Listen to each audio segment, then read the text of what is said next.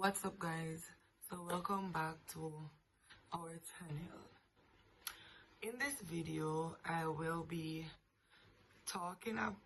doing a story time. I will be discussing what I've been through as a teenager and what my son is currently going through as a teenager. And I've come to realize generational curse is real, and we need to pray more for our children and pray more overall for our family, because generational curse, trust me, it is real. So let's get into the story time. All right. However, so when I was going to Donald Quarry, right, I was in ninth grade at the time. Wait, before we reach high school, I usually give a lot of trouble. A lot of trouble. Not enough in primary school, but it all began in high school. So while I was going high school, while I started Donald Quarry, 7th grade, right? I usually get into fights. I don't take talk from nobody. And I think the first day I was in 7th grade, I got suspension. Wait, give me a minute. My niece in the background. Mama just fix her and come back, alright? Yes, so as I was saying, the first day in 7th grade, I got into a fight and I got suspension. I have to make long story short, because I have to tell you when I got through with my son.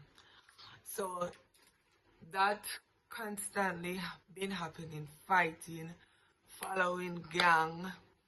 I was missing school because I don't remember. Back then, I don't. There was a bus called Reliable, and that bus with big speaker, and I usually call school. Got off a tree with friends and all. However, when I got into 8th grade, that time I started seeing my son dad, right? I started dating, having sex like me, a big woman and so forth. In 9th grade, I got pregnant with my son and dropped out of school and asked that cow fat. Long story short now, my son,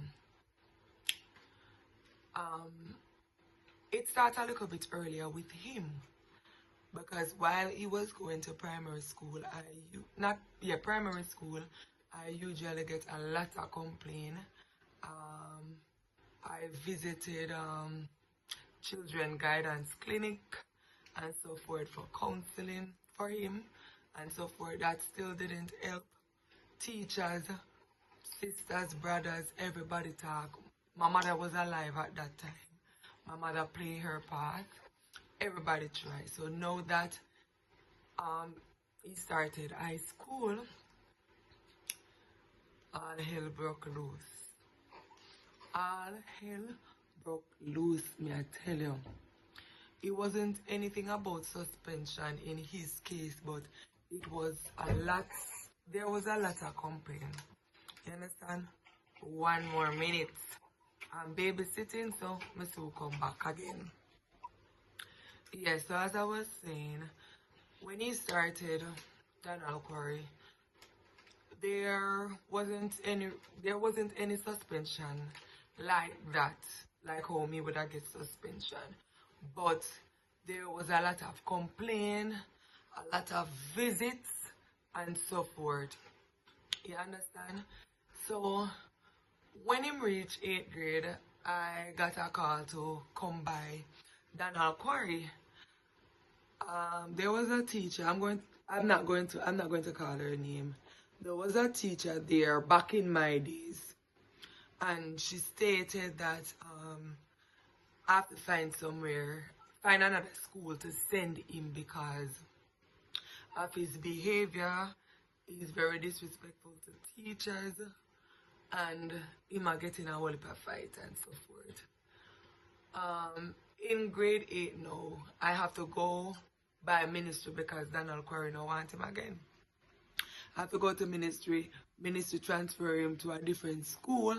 At that school, it come like him and all of the penny them up there the same thing, because it's like up there, so them put all of the penny them behave disruptive and so forth.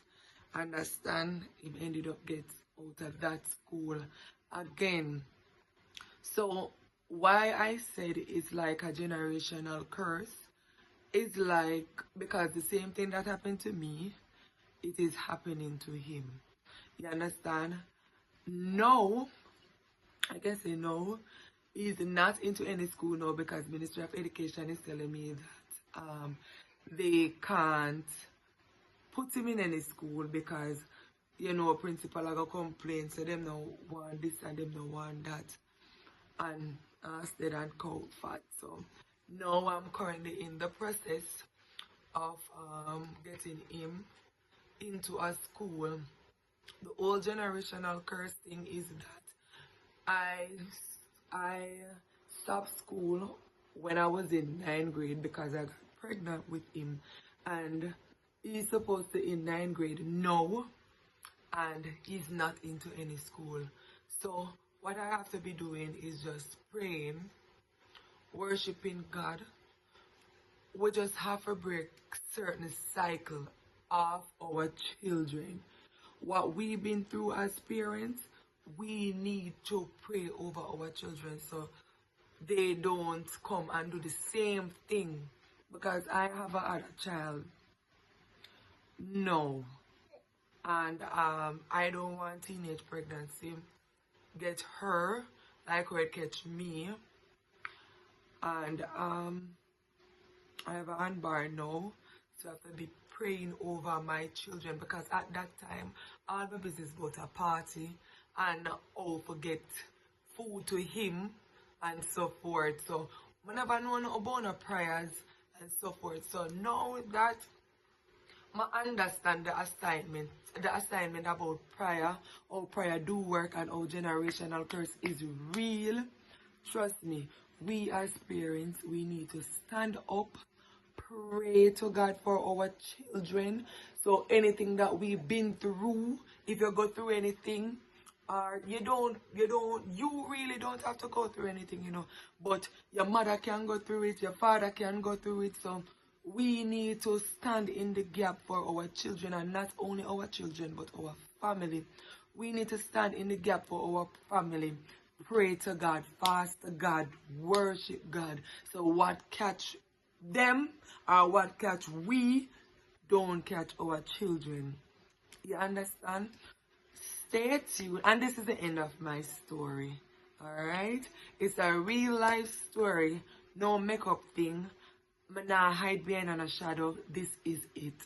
You understand? So stay tuned for more videos like this. Most of the videos them is my husband alone because he is in the country on the farm, and I am where I am doing what I am supposed to be doing.